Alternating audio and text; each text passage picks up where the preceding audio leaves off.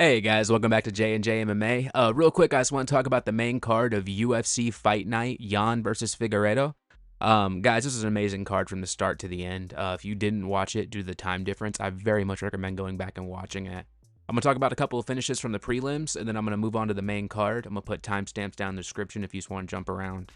I want to talk about Xiaonan versus Quang Li. Now, this fight was really fucking fun, guys. It was genuinely a fun back and forth. Long was getting the better of Li in the exchanges. Li definitely had more damage on his face, looked more tired.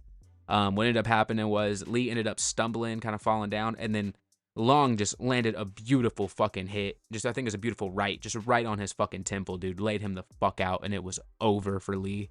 I felt really bad for Li because commentary was talking about how he moved from Vietnam to the U.S. He's trying to save up money to get his family to come with him, and he got fucking knocked out viciously, and I felt really bad for the boy. But shout out to Long. He definitely earned that win. Now, guys, this next one was a scary one. It was Ming Shi versus Fang Xiaokan.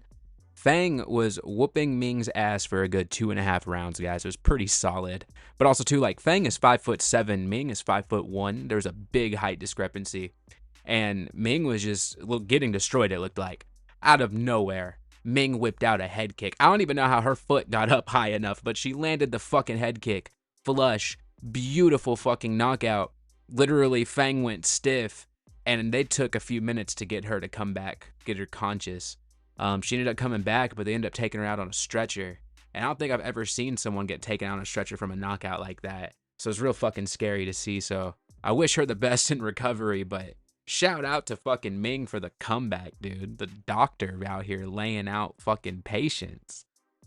Next fight, guys, was Kiryu Shahota versus Donghu Choi. Choi flatlined this man in 2 fucking minutes. He hit him with a fucking 3-piece. The last hit landed flush perfectly on his fucking jaw and just laid him the fuck out. Choi had a nice little celebration after the fact. He was very vocal. And yeah, man, I'm just happy for the guy. It was a fun fight to see. It was nice and quick.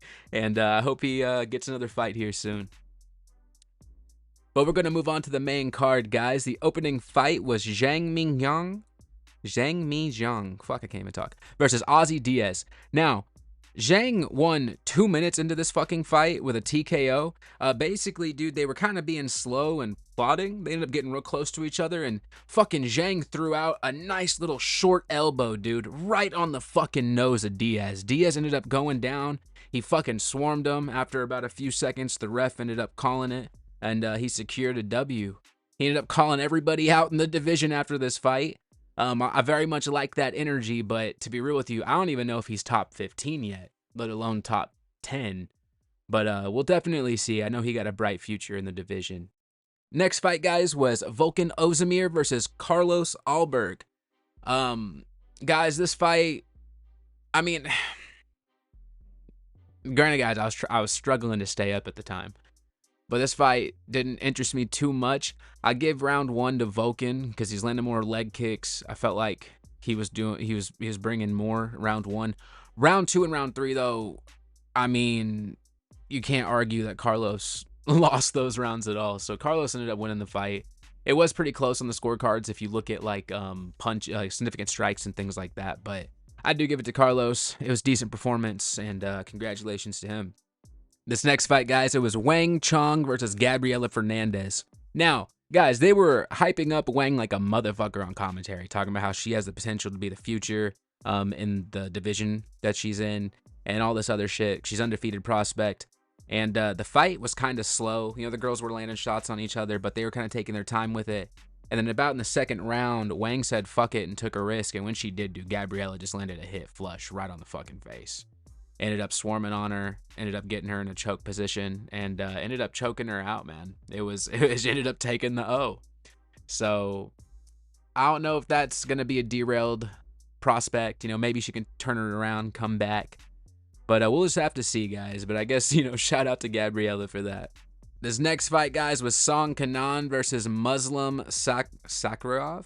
Fuck, dude, I can't talk. Muslim was the underdog in this, and he ended up winning with a spinning fucking wheel kick. Took about 4 minutes in the first round. People were doubting on him because, you know, the guy who's fighting is much younger. Muslim's 40 years old, I believe. Been in the division for a little bit. He's had a couple losses as well. But you know, people forget, man. And he ended up hitting the spinning wheel kick. You know, during the fight, he was using leg kicks to keep space. He ended up taking his time a little bit. It was kind of slow start, and then he hit the fucking kick what looked like out of nowhere. You know, homie fucking lowered his hand because he thought he was going for the body, and just boom, right on the fucking face. So it was a beautiful knockout from Muslim, and congratulations to him on the win. All right, guys, it was the co-main event. It was Xiaonan versus Tabatha Ricci. Now, guys, Zhang is ranked number 2. Tabatha is ranked number 10. But this fight really came off like that. It came off like someone who was higher ranked, higher skilled, fighting someone who was beneath them. And I don't mean that in a derogatory way. It's just that her skill set is not up to Zhang's. Zhang basically schooled her for 3 rounds, basically shut down everything she tried to do. I mean, Tabatha did land some hits occasionally. You know, she did get in a little bit of offense here and there, but it was nothing compared to what Zhang did. So Zhang cemented her place. She's still going to be in the top 3 for a little bit, and shout out to her. Now, guys, this made me really happy. The boy is back. It was Petr Yan versus Davidson Figueiredo. It was the main event, 5 rounds, and I feel like Petr Yan at least won 4 of these hoes. The first round was a slow start between both of them, but it seemed like from round 2 onward, Petr was just picking up the pace. At one point, he fucking tripped Davidson. That shit looked so beautiful. Like, Figgy had no answer for that. I mean, I think throughout the 25 minutes, Figgy did land, I think, 2 takedowns on Petr, but Petr fucking stopped so many other ones, and I believe Petr landed a takedown or 2 of his own as well. It just seemed like Petr had an answer for everything. And there would be times that Davidson was fighting back. Davidson landed a nice fucking head kick at one point in the fight. And, you know, it's not like it was just a complete one-sided beatdown, but it very much was just Petr figuring out how to counter every little thing. And it was just beautiful to fucking see because, you know, he was on that 4-fight skid for a little bit, you know, getting his ass beat, and he's just been coming back. You know, he beat Cong. Now he's fucking beat Davidson. Davidson's a champion in his own right. You know, Davidson's not someone to sleep on. So it was just crazy to see Petr essentially shut down everything he did for 25 fucking minutes. Like, that's beautiful. You know, like, not many fighters have been able to beat Figgy, let alone kind of just neutralize his game. You know, it really wasn't anything to do with the takedowns or anything like that. You know, it's not like he's going to pull off a submission on fucking Petr. So, and Petr definitely had the advantage in the stand-up. So, I mean, he was just shutting him down. And it was just beautiful. You know, he was using the kicks. He was mixing it up. He wasn't just like headhunting the whole time. You know, there was actual technique, actual pause and think, and just going into it. You know, he trained very well for this fight. And it was just good to see, man. It was just a really good fight between 2 fucking good competitors. Like I said, it wasn't like a one-sided wash or anything, but clearly Petr was taking it. You know, even commentary was glazing them the whole time. So it was just good to see, man. I felt really good for Petr, and like I said, overall, it was just a beautiful, beautiful fight night. You know, I didn't list all the fights in the prelims, but if you want to go back and watch those, I highly recommend it. You know, there weren't really any fights, you know, besides the Volkan Oezdemir fight that made me just kind of like yawn. You know, granted, too, I was watching this shit at like 4 o'clock in the morning. But what'd you guys think of the card? Did you guys stay up and watch it if you guys were in the U.S.? Like, I'd be curious to know about that. Because I did. It was a pain in the ass, though.